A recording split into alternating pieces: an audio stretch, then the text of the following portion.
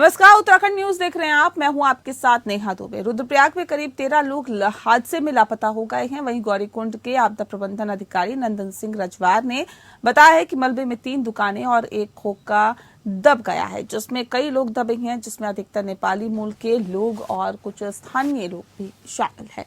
कुल मिलाकर 13 लोग इस हादसे में लापता हैं। और बता दें कि बारिश के कारण मंदाकिनी नदी उफान पर है। एनडीआरएफ और एसडीआरएफ ने रात को ही रेस्क्यू ऑपरेशन शुरू कर दिया था, लेकिन भीषण बारिश के चलते रेस्क्यू ऑपरेशन में बाधा आ रही है। बताया भी जा रहा है कि लोगों के मलबे में होने या फिर मंदाकिनी नदी में बह जाने की आशंका जताई जा रही है। बताया भी जा रहा है कि नेपाली मूल के लोग इन दुकानों का संचालन करते थे।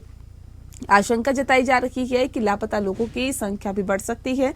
बारिश अपना भीषण रूप अपनाए हुए हैं, जिस कारण रुक रुक कर रेस्क्यू ऑपरेशन चलाना पड़ रहा है। वहीं भारी बारिश के कारण केदारनाथ यात्रा को फिर रोक दिया गया।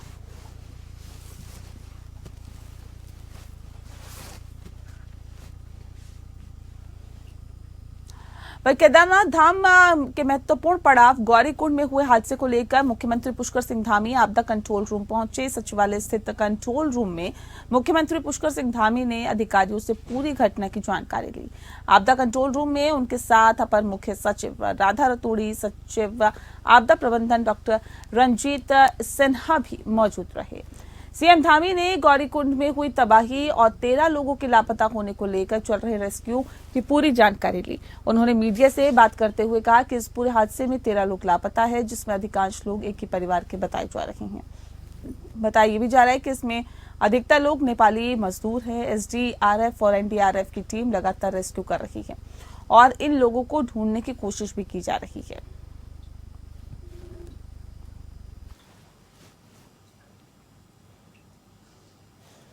मौसम विभाग देहरादून की ओर से जारी पूर्वानुमान के तहत जनपद पौड़ी के विभिन्न क्षेत्रों में भारी बारिश हो रही है। जनपद में हो रही भारी बारिश के चलते 28 मोटर मार्ग पर आवाजाही बंद हो गई है, जिन्हें लोक निर्माण विभाग की ओर से खोलने के प्रयास लगातार जारी है। डीएम आशीष चौहान ने बताया है कि मौसम विभाग की ओर से जारी पूर्वानुमान को देखते हुए सभी एसडीएम और जिला स्तरीय अधिकारियों को अपने अपने क्षेत्रों में अलर्ट रहने के निर्देश जारी किए गए थे। बताया गया है कि जिन मोटर मार्ग बंद हुए हैं उन्हें खोलने के प्रयास जारी है। कुछ समय पहले पौड़ी के थली सैंड के रौली गांव में आई आपदा से काफी क्षति हुई थी, जिसका डीएम ने निरीक्षण कर सुधारीकरण करने और पुलिया को बनाने के काम में तेजी लाने को कहा है।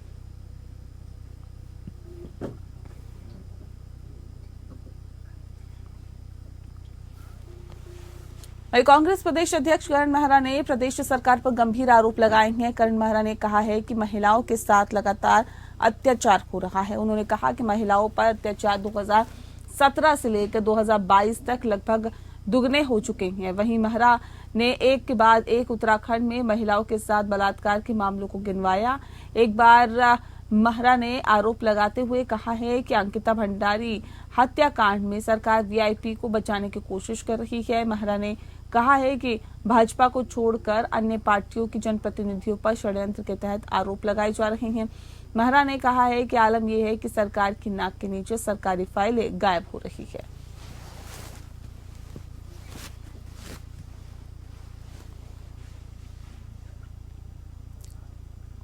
वहीं कांग्रेस प्रदेश अध्यक्ष करण मेहरा ने प्रेस कॉन्फ्रेंस करके उत्तराखंड में मातृशक्ति के असुरक्षित होने का मुद्दा उठाया है। करण मेहरा ने कहा है कि आरटीआई के अनुसार 2022 में उत्तराखंड में 872 महिलाओं के साथ बलात्कार हुआ।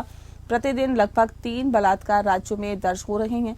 करण मेहरा ने आरोप लगाया है कि जब से भाजपा की सरकार सत्ता में आई है, तब से ऐसे मामले बढ़ गए हैं।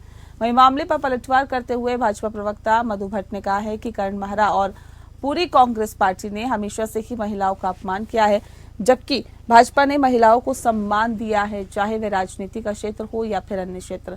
मधु भट्ट ने कहा है कि बलात्कार की जो आंकड़े उन्होंने पेश किए हैं, पहले मालूम हो कि वो कांग्रेस के टाइम के आंकड़े हैं या अभी के।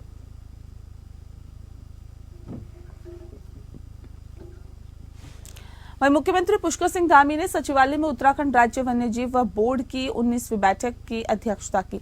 इस दौरान वन मंत्री सुबोध उनियाल भी मौजूद रहे। बैठक में सीएम धामी ने बंदरों और जंगली सुअरों की समस्या को दूर करने के लिए फोकस्ड होकर काम करने के निर्देश दिए हैं। मुख्यमंत्री ने बंदरों के बाध्यकरण के लक्ष्य को दोगुना करने के साथ ही इनका प्रैक्टिकल समाधान प्रस्तुत करने को कहा है। साथ ही मुख्यमंत्री ने मानव वन्य जीव संघर्ष राहत राशि का वितरण 15 दिनों में सुनिश्चित किए जाने की व्यवस्था बनाने के निर्देश दिए हैं। वन्य जीवों के हमले में किसी व्यक्ति की मृत्यु पर राहत राशि को 4 लाख से बढ़ाकर 6 लाख रुपए करने का प्रस्ताव जल्द कैबिनेट में लाया जाएगा।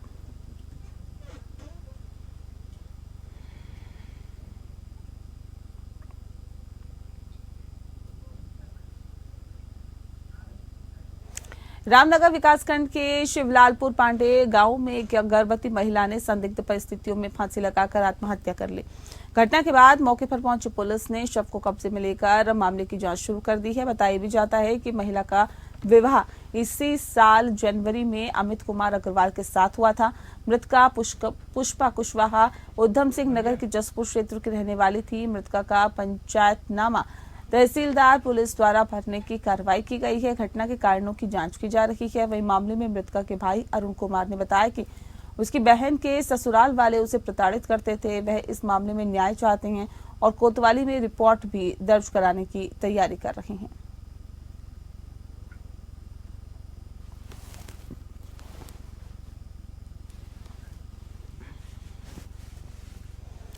वहीं पौड़ी में मुख्यमंत्री की घोषणाओं की कार्य प्रगति की समीक्षा को लेकर जिलाधिकारी डॉक्टर आशीष चौहान ने अधिकारियों के साथ एक बैठक की। बैठक में जिला पर्यटन विकास अधिकारी के अनुपस्थिति रहने पर अगस्त महीने का वेतन रोकने के निर्देश डीएम ने दिए हैं। साथ ही शिक्षा और उरेडा विभाग के अधिकारियों द्वारा बैठक में देरी से पहुंचने पर नोटिस जारी करने को भी कहा गया है। समीक्षा बैठक में विभागीय स्तर पर धीमी प्रगति पर डीएम ने कड़ी नाराजगी जताते हुए घोषणाओं को जल्द से जल्द पूरा करने के निर्देश दिए और संबंधित अधिकारियों को ये निर्देश दिए गए।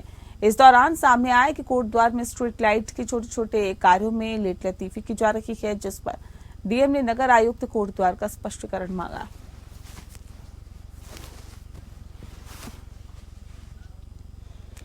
उत्तराखंड में कल धामी कैबिनेट की बैठक हुई। बैठक में करीब 30 फैसलों पर चर्चा हुई। कैबिनेट की बैठक में इस बात का भी फैसला हुआ कि ऊर्जा विभाग के तहत प्रोजेक्ट की लागत का 1% क्षेत्र के विकास में लगेगा। 12% की जगह 13% बिजली मिलेगी और 1% से प्रभावित लोगों में रकम बांटी जाएगी। लोक निर्माण विभाग में नियमावली संशोधित की गई। इससे अब रोड साइड अतिक्रमण पर रोक लगेगी।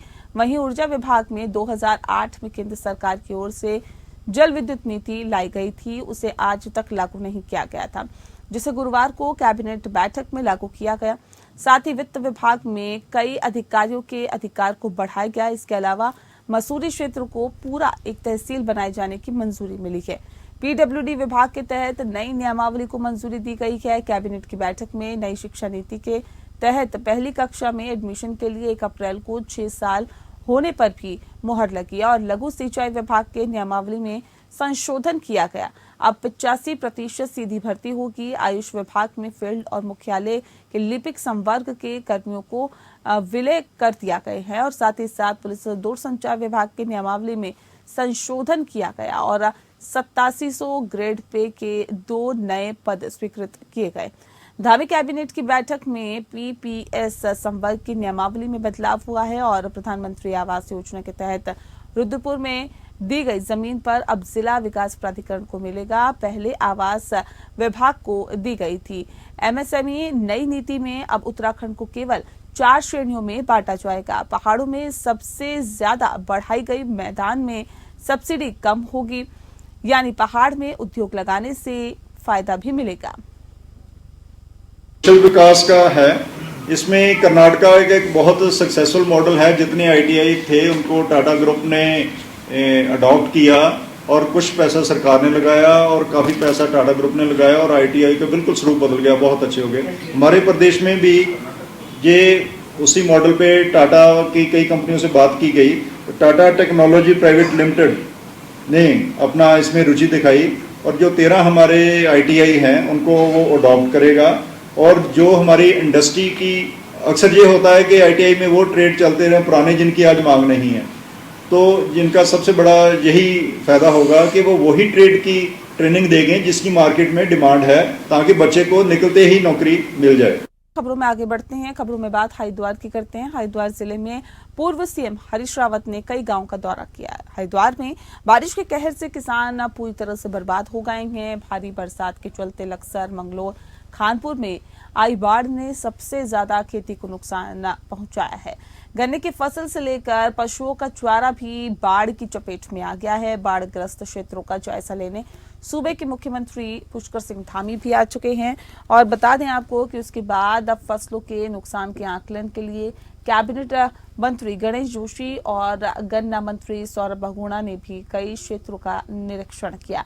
वहीं जिले में बाढ़ क्षेत्र का निरीक्षण करने के लिए पूर्व मुख्यमंत्री हरीश रावत ने किसानों की फसल का जायजा लिया। बाढ़ के चलते बर्बाद हुई फसलों का जायजा लेने के लिए कांग्रेस समर्थकों के साथ फसलों का निरीक्षण किया गया। उन्होंने किसानों की बर्बाद हुई फसलों का मुआवजा देने की मांग की है। सरकार से किसानों को हुए नुकसान का 10,000 रुपए प्रति बीघा मुआवजा दिए जाने की मांग की गई है। बाढ़ के बाद किसानों के सामने अपने परिवार को पालने की एक बड़ी दिक्कत खड़ी हो गई है। ऐसी स्थिति में प्रदेश सरकार को जनपद हरिद्वार के पीड़ित किसानों को उचित मुआवजा देने चाहिए। अगर सरकार उनकी मांगे नहीं मानती है तो वह समर्थकों के साथ अनिश्चितकालीन धरने पर बैठ जाएंगे। सरकार को दिखाई नहीं दे रहा है कि हरिद्वार में, पूरे हरिद्वार में नुकसान है इस बारिश का। इन लोगों ने लक्सर क्षेत्र को और खानपुर क्षेत्र को जो है आपदा घोषित किया है। हमारा रावत जी को दिखाने का मकसद या हम किसानों का ये था कि कोई तो हमारी सुने। हमारे नारसन क्षेत्र में ये बेल्ट जो है दहिया की मंडावली से लेके मन्नाखेड़ी, फिर उद्धलेडी, फिर मुंडिया की, फिर मुंडेट, फिर ठसका, फिर आपका जो ये चली गई है कुर्डी, जो हमारी मंगलोर मंडिया, वहां से देखेगा इतना पानी है, गन्ना सब खत्म हो गया। हमारी सरकार से डिमांड है, हाथ जोड़ के रिक्वेस्ट है कि इस अन्नदाता को इतना परेशान ना किया जाए कि इसको जो आगे दिसंबर के बाद पेट का भरना भी भारी पड़े। हमारी यही रिक्वेस्ट है, यही हमारा सरकार को मैसेज है कि इस क्षेत्र को आपदा घोषित किया जाए, तुरंत किया जाए। हमें जो मुआवजा है जो वहां मिल रहा है लक्सर और खानपुर में, वो हम किसानों को भी दिया। वहीं बाजपुर में चल रहे भूमि बचाओ आंदोलन में उत्तराखंड के नेता, प्रतिपक्ष और स्थानीय विधायक यशपाल आर्य को समर्थन देना भारी पड़ गया। किसान आंदोलन में समर्थन के दौरान किसानों ने भारी विरोध कर डाला। दरअसल बाजपुर में 20 गांवों की लगभग 6,000 एकड़ भूमि पर तत्कालीन डीएम नीरज खैरवाल ने मालिकाना हक पर तलवार चला दी थी, जिससे लाखों किसान प्रभावित हो गए थे। जिसके बाद लगातार सरकार के आश्वासन मिलने के बाद भी कोई राहत नहीं मिलने पर गुस्साए किसान अनिश्चितकालीन धरने पर बैठ गए। जैसे ही स्थानीय विधायक और नेता प्रतिपक्ष धरने पर बैठे और वैसे ही धरने पर किसानों ने विरोध करना शुरू कर दिया, जो कि कैमरे में कैद हो गया। बता दें आपको कि बाजपुर में भूमि बचाओ आंदोलन का आज तीसरे दिन भी 5,838 एकड़ भूमि पर बसे लोगों को अधिकार देने के संबंध में सरकार ने आंदोलन कर रखे लोगों की कोई सुध नहीं ली। संयुक्त किसान मोर्चा की तरफ से आंदोलन को बड़ा रूप देने की रणनीति बना डाली, जहां पर भारतीय किसान यूनियन के प्रदेश अध्यक्ष करम सिंह पड्डा ने भारतीय किसान यूनियन की जिले भर की सभी इकाइयों को एक लेटर जारी कर सभी तहसीलों में धरना देने की बात कही। आंदोलनकारियों की मांग है कि जब तक उन्हें भूमिधारी अधिकार प्रदान नहीं किया जाएगा तब तक आंदोलन चलता रहेगा। तो पूरे प्रदेश के, हमारे उत्तराखंड प्रदेश के जो हमारे किसान यूनियन के अध्यक्ष हैं, माननीय अध्यक्ष हैं, विभिन्न संगठनों के यहाँ पर अध्यक्ष हैं, किसान यूनियन के विभिन्न क्षेत्रों से आए हुए हमारे प्रतिनिधि हैं, वो लोगों की अगुवाई में यह आंदोलन हो रहा है और मुझे यकीन है कि लड़ाई यहीं पर खत्म हो जाएगी। और खत्म नहीं होती है तो जिस तरह से किसान यूनियन जो भी फैसला करेगी, वो सेवक को भी जो निर्देश देगी, जो मेरी दायित्व होगा, जिम्मेदारी होगी, उसका मैं निर्वहन ईमानदारी के साथ करूंगा। मैं चाहूंगा कि हमें मालिकाना, यहाँ के किसानों को मालिकाना हक मिले और एक काला कानून वापस। हरिद्वार में राज्य कर विभाग के अधिकारियों ने रेलवे स्टेशन पर टैक्स चोरी कर लाया गया माल पकड़ा है। यहां पर रेडीमेड गारमेंट्स के 25 पैकेट अधिकारियों ने जब्त किए हैं। माल की कीमत करीब 8 लाख रुपए बताई जा रही है। राज्य पर आपको बता दें कि राज्य कर विभाग के अधिकारियों को बांद्रा एक्सप्रेस से बिना बिल का माल है वो हरिद्वार में पहुंचने की सूचना मिली थी। मौके पर पहुंचकर छापेमारी करते हुए अधिकारियों ने जांच की तो रेडीमेड गारमेंट्स के 25 पैकेट बिना बिलों के पाए गए, जिसके बाद अधिकारियों ने माल को जब्त कर लिया है। बता दें आपको, हरिद्वार में रेलवे स्टेशन के ऊपर पार्सल के जरिए बड़े पैमाने पर व्यापारियों का माल पहुंचता है और समय समय पर यहां पर टैक्स चोरी का माल मिलने की जानकारी रहती है। लोग और मेरे साथी राज्य कर अधिकारी हम लोग वहाँ गए तो बांद्रा एक्सप्रेस से जो लीज का माल उतरा तो हमने उसको चेक किया। बाकी माल तो बिलों से कवर था और जो 25 नग उसमें रेडीमेड गारमेंट्स के थे जिनके प्रॉपर पेपर नहीं थे, तो हमने उन 25 नगों को अभिकृत करके रोशनाबाद ऑफिस ले आए। कितनी वैल्यू का ये सामान होगा? अभी तो अनुमानित 5 से 8 लाख के बीच का है। अभी जब तक उसका भौतिक सत्यापन करने के उपरांत ही मतलब जो एग्जैक्ट सही वैल्यू का पता लग पाएगा। राजधानी देहरादून सहित प्रदेश के कई क्षेत्रों में ट्रैफिक की अधिक समस्या है। जिन जगहों पर अधिक तादाद में टूरिस्ट आते हैं, वहां पर ट्रैफिक संचालन को लेकर विभाग अब एक्टिव मोड में नजर आने लगा है। खासकर हरिद्वार और देहरादून में ई रिक्शा को व्यस्ततम और भीड़भाड़ वाले इलाके में प्रतिबंधित किया जा रहा है। इन क्षेत्रों में ई रिक्शा के संचालन की वजह से ट्रैफिक जाम की समस्या देखने को मिल रही है। देहरादून के आरटीओ सुनील शर्मा ने बताया है कि ई रिक्शा का संचालन उन क्षेत्रों में किया जाएगा जहां पर अधिक संख्या में ट्रैफिक नहीं होता है। बताया भी जा रहा है कि ई रिक्शा के संचालन को लेकर लंबे समय से शिकायतें मिल रही है कि भीड़भाड़ वाले इलाके में उनको चलाए जाने की वजह से कई बार ट्रैफिक जाम से जूझना पड़ता है और लोगों को तमाम तरह की दिक्कतों का सामना करना पड़ता है।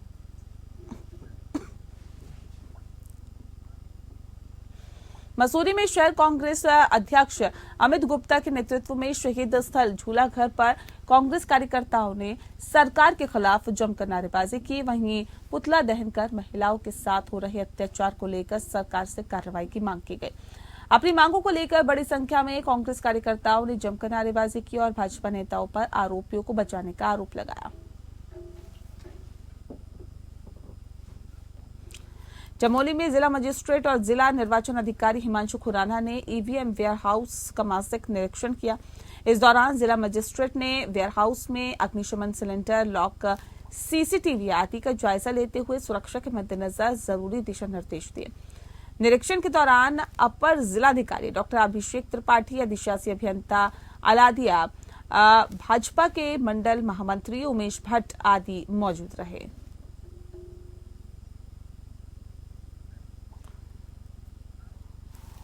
मॉनसून सीजन में बढ़ते डेंगू के मामले अस्पतालों के लिए एक चुनौती बनकर उभर रही हैं। देहरादून के मुख्य जिला अस्पताल दून अस्पताल में भी डेंगू के मरीज लगातार अपना इलाज करवाने पहुंच रहे हैं, जिसके चलते अस्पताल में 30 बेड का वार्ड डेंगू के लिए तैयार किया गया, जिसमें 9 बेड आईसीयू और 21 बेड जनरल में रखे गए हैं, जिससे मरीजों को इलाज करवाने के लिए किसी भी परेशानी का सामना न करना पड़े।